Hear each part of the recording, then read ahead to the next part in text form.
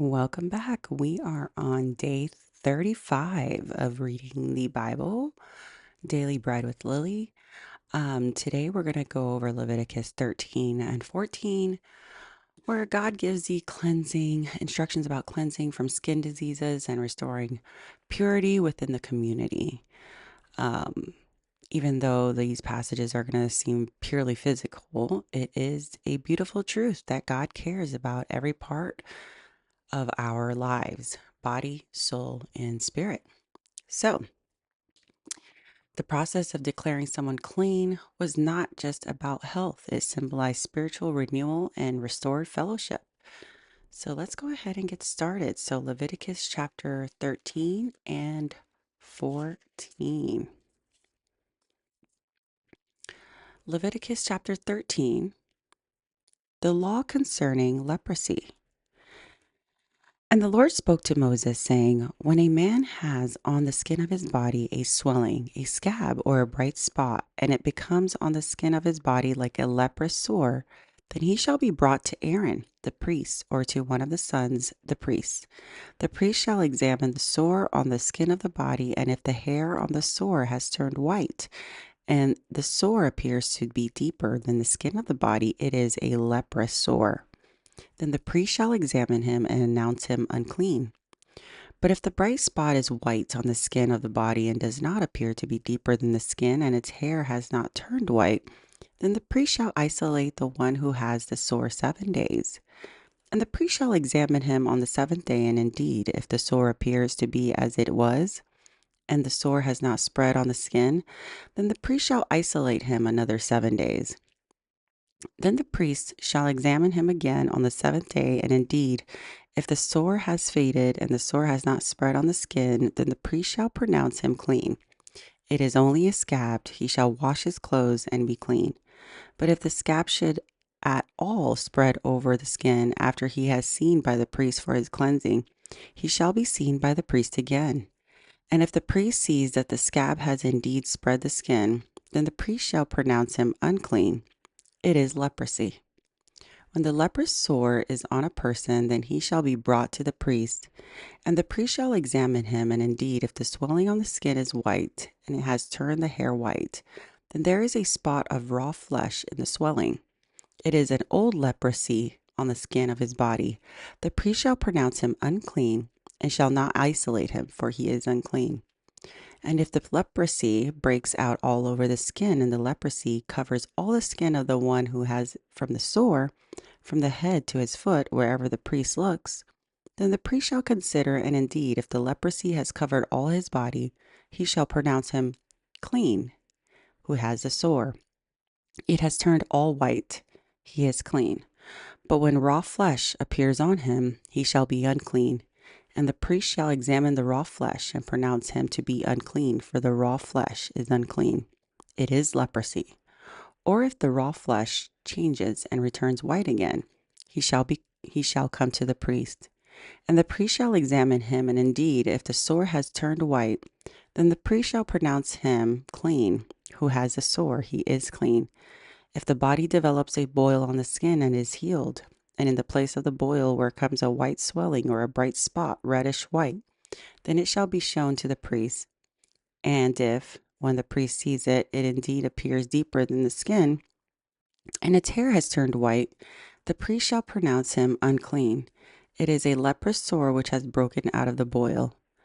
But if the priest examines it, and indeed there are no white hairs in it, and it is not deeper than the skin, but has faded, then the priest shall isolate him 7 days.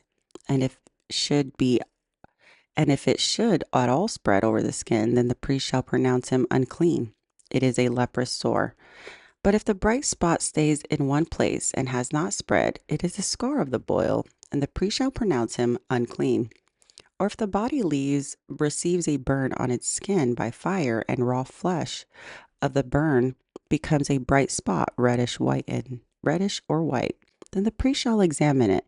And indeed, if the hair of the bright spot has turned white, and it appears deeper than the skin, it is leprosy broken out in the burn.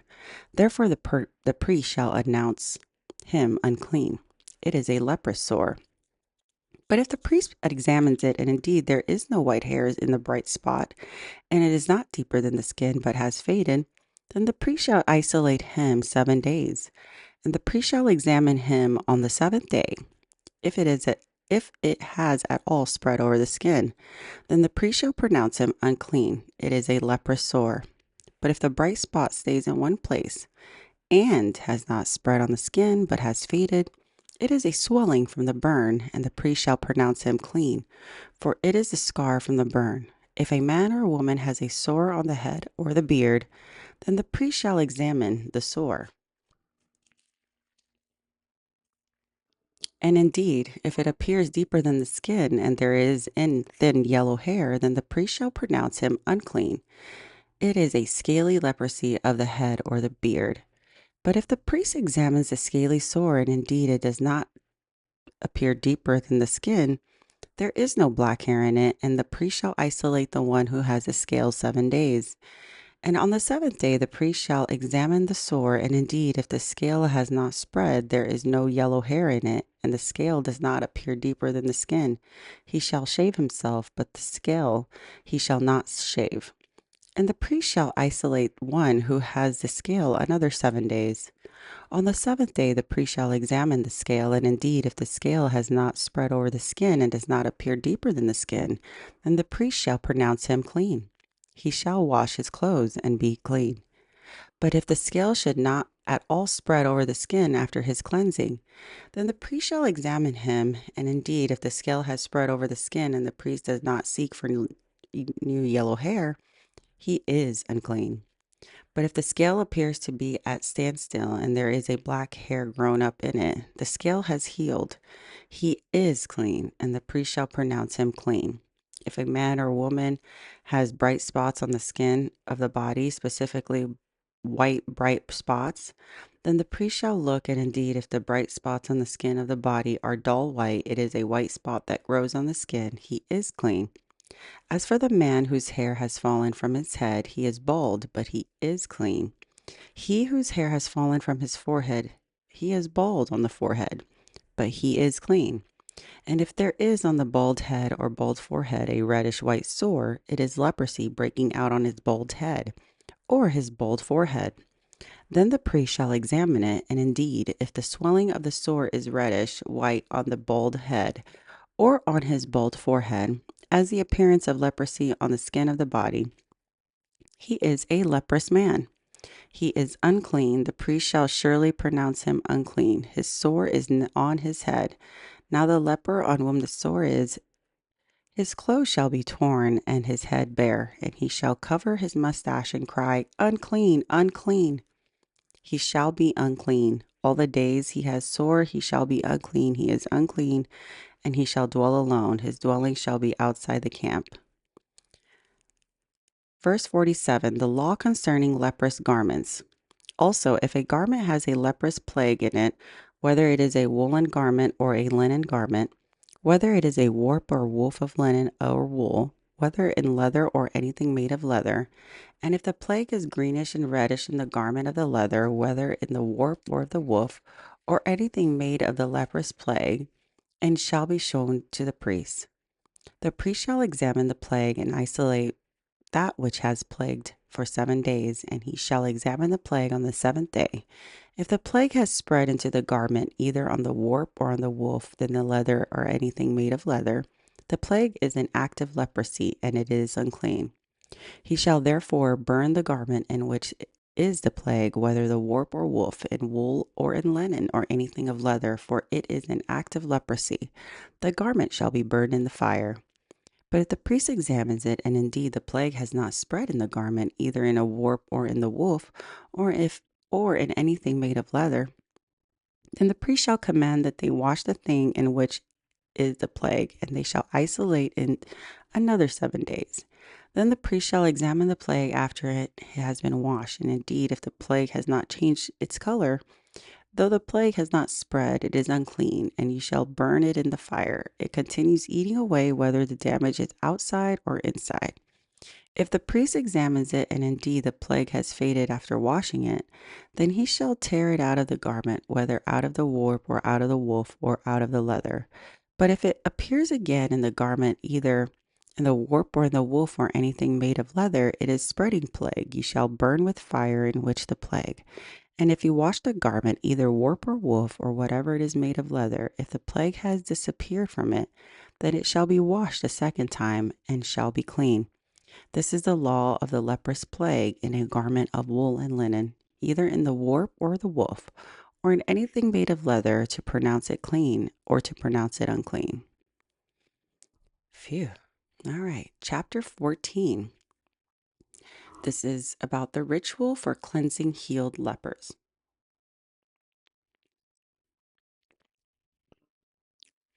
Then the Lord spoke to Moses, saying, This shall be the law of the leper. For the day of his cleansing he shall be brought to the priest, and the priest shall go out from the camp, and the priest shall examine him. And indeed, if the leprosy is healed in the helper, then the priest shall command to take from him who is cleansed 2 living and 2 clean birds, cedar wood, scarlet, and hyssop. And the priest shall command that one of the birds be killed in an earthen vessel over running water. As for the living bird, he shall take it to the cedar wood and the scarlet and the hyssop, and dip them in the living, and the living bird in the blood of the bird that was killed over the running water. And he shall sprinkle it 7 times on him who is to be cleansed from leprosy, and shall pronounce him clean, and shall let the living bird loose in the open field. He who is in the cleanse shall wash his clothes, shave off all his hair, and wash himself in water, that he may be clean. After that he shall come to the camp, and shall stay to the side his tent 7 days. But on the 7th day he shall shave all the hair off his head, and his beard, and his eyebrows, all his hair, and he shall shave off. He shall wash his clothes, and wash his body in the water, and he shall be clean. And on the 8th day he shall take 2 male lambs without blemish, 1 ewe lamb of the first year without blemish, 3/10 of an ephah of fine flour mixed with oil as a grain offering, and 1 log of oil. Then the priest who makes him clean shall present the man who is to be made clean, and those things before the Lord at the door at the tabernacle of meeting. And the priest shall take 1 lamb and offer it as a trespass offering, and the log of oil, and wave them as a wave offering before the Lord. Then he shall kill the lamb in the place where he kills the sin offering and the burnt offering, in a holy place. For as the sin offering is a priest, so is the trespass offering. It is the most holy. The priest shall take some of the blood of the trespass offering, and the priest shall put it on the tip of the right ear of whom who has to be cleansed, and the thumb of his right hand, and on the big toe of his right foot. And the priest shall take some of the log of oil and pour it in the palm of his own left hand. Then the priest shall dip his right finger in the oil that is in the left hand, and shall sprinkle some of the oil with his finger 7 times before the Lord. And the rest of the oil in his hand the priest shall put some on the tip and right ear of them who is to be cleansed, and the thumb of his right hand on the big toe of his right foot, on the blood of the trespass offering. The rest of the oil that is in the priest's hand he shall put on the hand of the head who is to be cleansed. So the priest shall make atonement for him before the Lord. Then the priest shall offer the sin offering and make atonement for him who is the cleansed from his uncleanliness. Afterward he shall kill the burnt offering. And the priest shall offer the burnt offering and grain offering on the altar. So the priest shall make atonement for him, and shall be clean. But if he is poor and cannot afford it, then he shall take 1 lamb as a trespass offering to be vowed, and to make atonement for him 1/10 of an ephah of fine flour mixed with oil as grain offering, a log of oil, and 2 turtle doves or 2 young pigeons, such as he is able to afford. One shall be a sin offering, and the other a burnt offering. He shall bring them to the priest on the 8th day for his cleansing, to the door of the tabernacle of meeting before the Lord. And the priest shall take the lamb of the trespass offering and the log of oil, and the priest shall wave them as a wave offering before the Lord. Then he shall kill the lamb of trespass offering, and the priest shall take some of the blood of the trespass offering and put it on the tip of his right ear who is to be cleansed, on the tomb of his right hand. and on the big toe of his right foot. And the priest shall pour some of the oil into the palm of his own left hand. Then the priest shall sprinkle with his right finger some of the oil that is left on his left hand 7 times before the Lord. And the priest shall put some of the oil that is on the hand and the tip of the right ear of him who is to be cleansed, and the blood of the right hand to the big toe of his right foot on the place of the blood of the trespass offering. The rest of the oil that is in the priest's hands he shall put in the head of him who is to be cleansed, to make atonement for him before the Lord. And he shall offer one of the turtle doves or young pigeons, such as he can afford, such as he is able to afford, the one as a sin offering and other as a burnt offering and the grain offering. So the priest shall make atonement for him who is to be cleansed before the Lord.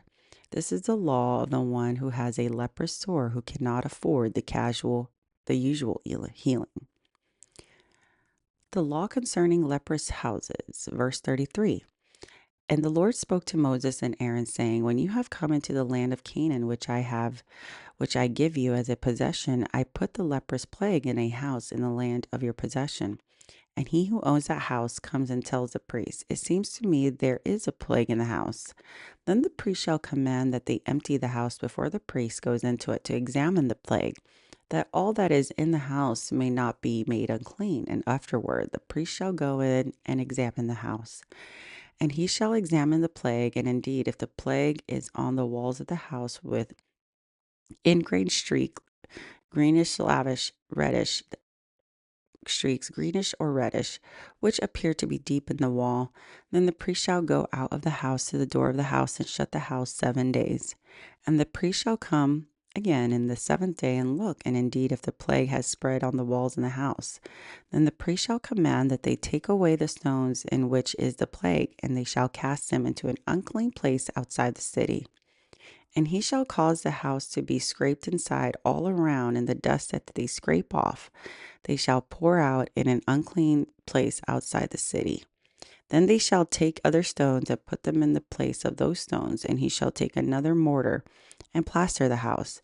Now, if the plague comes back and breaks out in the house after he has taken away the stones, after he has scraped the house, and after that is plastered, then the priest shall come and look, and indeed, if the plague has spread in the house, it is an active leprosy in the house. It is unclean. And if he shall break down the house, its stones, its timber, and all the plaster of the house, he shall carry them outside of the city to an unclean place. Moreover, he who goes into the house all the while and is shut up shall be unclean until evening.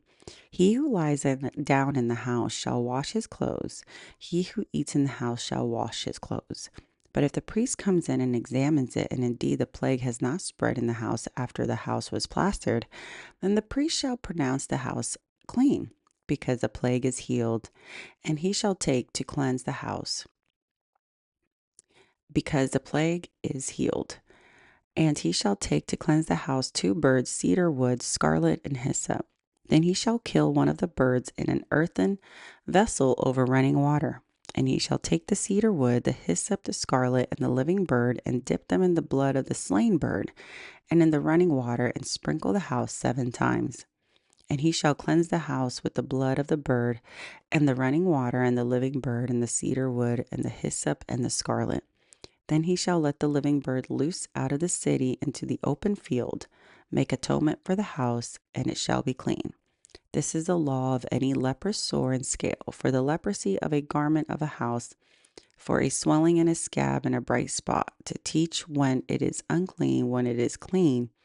This is the law of leprosy. Thank you so much for joining me on day 34. That was quite the couple chapters. Subscribe to join me on this journey of reading the Bible in 1 year.